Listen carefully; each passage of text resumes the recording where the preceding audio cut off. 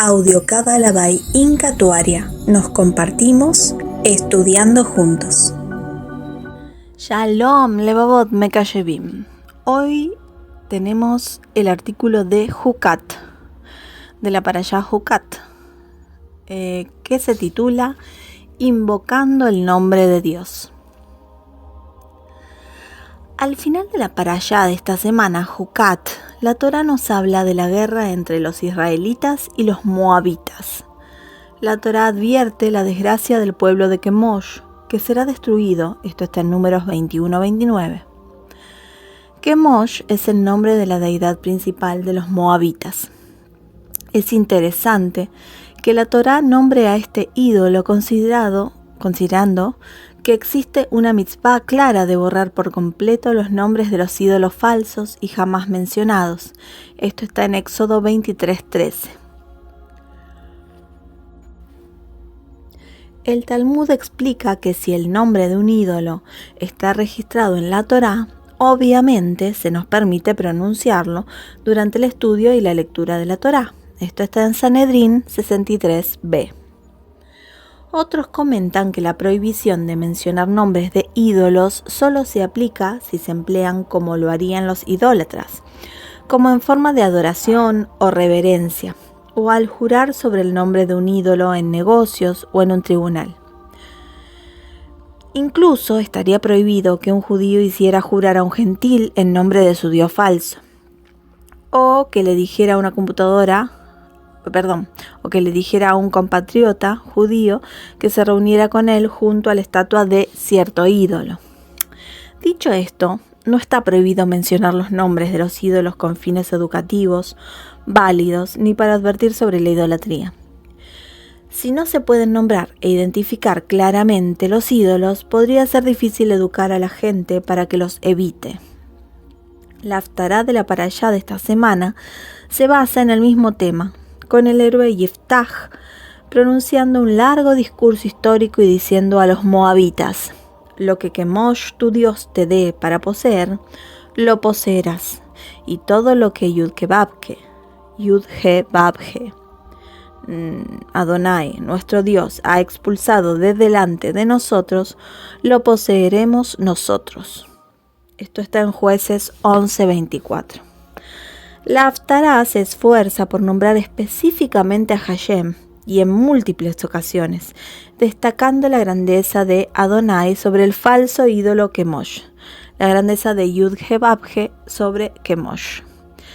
Esto nos recuerda la mitzvah mencionada innumerables veces a lo largo del Tanaj de que el pueblo judío debía difundir el nombre de Dios por todas partes, invocar el nombre de Dios, una práctica que se remonta al propio Abraham, quien plantó un árbol de Eshel en Beersheba y desde allí invocó el nombre de Yud-He-Vavhe, el Dios eterno. Esto está en Génesis 21:33. Esto nos lleva a preguntarnos, ¿qué significa invocar el nombre de Dios? ¿Se nos permite pronunciar los diversos nombres de Dios? Es bien sabido que no pronunciamos el nombre inefable, Yud-He-Vavhe, pero ¿qué ocurre con los demás títulos de Dios como Elohim, Adonai, El Shaddai? ¿Podemos pronunciar estos nombres fuera de las oraciones y lecturas de la Torá? La evolución de lo inefable. Originalmente el nombre de inefable de Dios no era inefable en absoluto.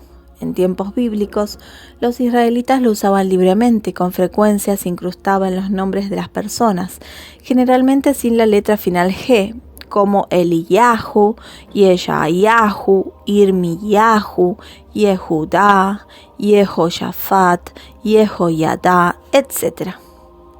En el libro de Ruth leemos sobre el saludo común Yud-He-Vavhe y Mahem, Dios esté contigo, al que el receptor respondería Yevarejeja Yud-He-Vavhe, Dios te bendiga. Esto está en Ruth 2:4. Incluso hoy en día hay una costumbre bastante extendida de decir estas frases cuando una persona es llamada a la Torá antes de recitar las bendiciones, excepto que ahora Yud-He-Vavhe generalmente se reemplaza con Hashem. Mientras tanto, la Torá ordena a los Kohanim pronunciar el nombre al bendecir a la congregación, y pondrán mi nombre sobre los hijos de Israel, y yo los bendeciré. Esto está en Números 6:27. El nombre mismo es el conducto de la bendición especial de Dios. Todavía hacemos la bendición sacerdotal hoy, pero sin la pronunciación real del nombre de Dios, en cuyo lugar los Kohanim dicen Adonai o Adonoi. Hace que uno se pregunte si la bendición todavía tiene el mismo efecto si los Kohanim no están realmente poniendo el nombre de Dios sobre los hijos de Israel, como ordena la Torá. Entonces, ¿cómo llegó Adonai a reemplazar a Yud-He-Vav-He? Claramente el Tanaj no prohíbe pronunciar el nombre de Dios y solo advierte contra pronunciar el nombre de Dios en vano, que es uno de los 10 mandamientos o preceptos. La Mishnah en Sanedrín 10.1 presenta una opinión minoritaria de que alguien que pronuncia el nombre de Dios no tiene parte en el mundo venidero. Nuevamente esto debe referirse a alguien que pronuncia el nombre en vano, ya que sabemos que el nombre era conocido y usado incluso en tiempos talmúdicos. En un lugar del Talmud se especula sobre las razones más profundas de por qué el rabino Hanania ben Teradión fue ejecutado por los romanos, con una opinión que sugiere que pudo haber sido demasiado descuidado al pronunciar el nombre inefable en público y debería haber sido más discreto. En otro lugar, en Kiddushin 71a, el Talmud dice que los sabios enseñarían el nombre inefable 1 o 2 veces en 7 años. Es aquí donde el Talmud afirma que se debe evitar pronunciar el nombre inefable con sus 4 letras reales y en su lugar decir Adonai. El origen más antiguo del uso de Adonai para referirse a Dios se encuentra en Génesis 18:3, cuando Dios se le aparece a Abraham. 3 ángeles aparecen entonces y Abraham dice: Adonai, si te place, no pases de largo junto a tu siervo. La pregunta clásica aquí es: ¿a quién se refiere Adonai? ¿Hablaba Abraham con Dios o con los 3 ángeles que aparecieron repentinamente? A primera vista esto último tiene más sentido y Abraham se refería a las 3 misteriosas figuras como Adonai, mis señores, en plural. El hospitalario Abraham les pedía a los 3 que se quedaran con él y no lo pasaran de largo. Sin embargo, la tradición rabínica concluye que Adonai se refiere aquí a Hashem y que Abraham le estaba diciendo a Dios que no pasara de largo ni se fuera mientras él iba a ayudar a los 3 invitados inesperados. Aquí es donde Adonai se vincula por primera vez con Yud-He-Vav-He, y el hecho de que Adonai sea plural no es un problema, al igual que Elohim es plural. La pluralidad es una forma de respeto, como todavía se encuentra en muchos idiomas, incluidos el ruso y el francés, para referirse a un anciano figura de autoridad. Solía ser el caso también en inglés, donde you solía ser el plural y thou el singular. Con el tiempo, el respetuoso plural you se convirtió en el singular estándar, mientras que el informal thou desapareció. Curiosamente, mientras que Adonai fue instituido para evitar pronunciar el nombre inefable en vano, con el tiempo el propio Adonai se convirtió en un nombre sagrado, que no debe decirse en vano. Hoy en día se ha vuelto común que la gente diga Hashem, el nombre. A veces la gente, especialmente los músicos, dicen Amonai en lugar de Adonai. Y esto es muy problemático porque Amón era el nombre de una deidad principal de los antiguos egipcios. Otras veces la gente se referirá al nombre inefable diciendo las letras reales secuencialmente, como Yud, He, Vav, He. Esto es perfectamente apropiado y fue la práctica del Arizal, el rabino Yitzhak Luria, que vivió entre 1534 y 1572. Sin embargo, como se esperaba, la gente tiende a agregar vallas adicionales innecesarias y ahora muchos dirán Yud-Ke, Vav-Ke. En Sha'ar HaMitzvot, sobre la Parashá Shemot, el principal discípulo del Arizal, el rabino Jaim Vital, señala cómo mi maestro de bendita memoria, el Arizal, me dijo que uno no debe pronunciar las 4 letras del nombre de Dios a menos que lo haga a través de un milui. El rabino Vital continúa explicando que el Arizal tuvo cuidado de evitar pronunciar los nombres de ciertos ángeles, por lo que el rabino Vital le preguntó si se nos permite pronunciar siempre los nombres de Dios como Adonai y Elohim. ¿Por qué se nos prohibiría anunciar los nombres de los ángeles creados? En otras palabras, los nombres de los ángeles son obviamente menos santos que los nombres de Dios, porque entonces somos cuidadosos con los primeros y no con los segundos. El Arizal explicó que los nombres de Dios son puros y jamás pueden recibir impurezas, mientras que los nombres de los ángeles pueden ser manipulados, mal utilizados y atraer impurezas. Por lo tanto, podemos usar los nombres de Dios libremente, pero debemos ser cuidadosos, mucho más cuidadosos, con los nombres de ciertos ángeles. El pasaje concluye diciendo que, por supuesto, cuando se trata de nombres de ángeles comunes, que también se han convertido en nombres de personas como Miguel, Gabriel, se permite su uso libremente y según sea necesario. Aprendemos de esto que no es necesario reemplazar Elohim como Elohim, como muchos hoy en día lo hacen, o temer usar títulos como Adonai.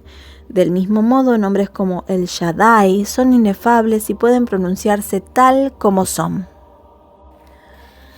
Asumiendo que se hace de una manera respetuosa o en el curso de la educación o recitación de versos, por lo que no hay necesidad de decir Shakai en lugar de Shaddai.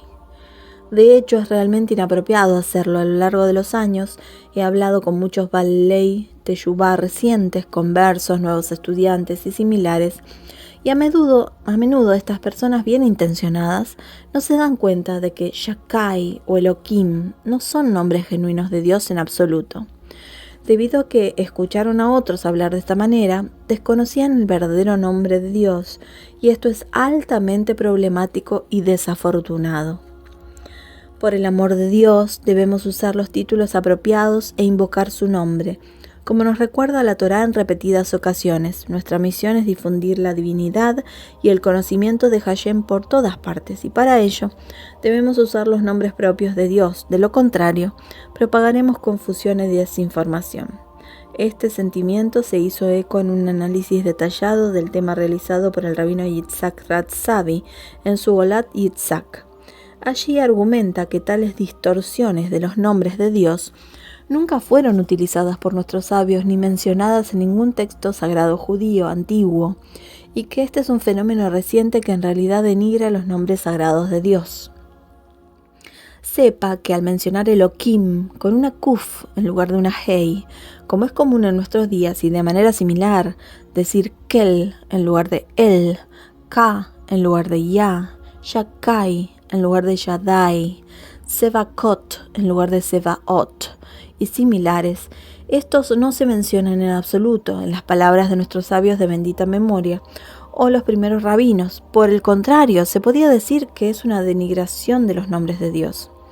Algo que el rabino Ratzavi señala en su análisis histórico es que estas distorsiones de nombres fueron introducidas por los ashkenazíes, quienes buscaban mayor rigor, pero eran desconocidas en el mundo mizrahi, incluida la comunidad yemení de la que proviene. De hecho, las fuentes sefardíes siempre han sido mucho más equilibradas y lógicas en este sentido, y más fieles al llamado de la Torá a los judíos a invocar los nombres propios de Dios. Rav Ovadia Yosef, por ejemplo, era conocido por usar los nombres propios de Dios al recitar versículos, tanto al aprender como al enseñar. Para resumir, el tetragramaton Yud-He, Bab-He no debe ser pronunciado, y pocos saben la pronunciación correcta de todos modos. Adonai es el reemplazo apropiado al recitar versículos y también tiene su propio estatus como un nombre genuino de Dios, por lo que no debe usarse mal. En el habla coloquial, Adonai es reemplazado por Hashem. También se pueden usar otros títulos y apelativos de Dios, con respeto y no en vano, por supuesto. Estos incluyen 6 nombres más de Dios que se consideran especialmente sagrados y, como el tetragramaton, tienen prohibido borrarse si se escriben. Estos son El, Eloah, Elohim, Elohai, Shaddai y Tsevaot.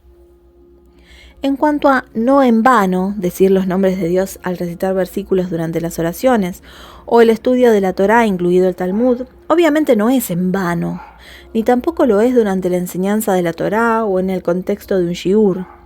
Tampoco es en vano cantar versículos de los salmos.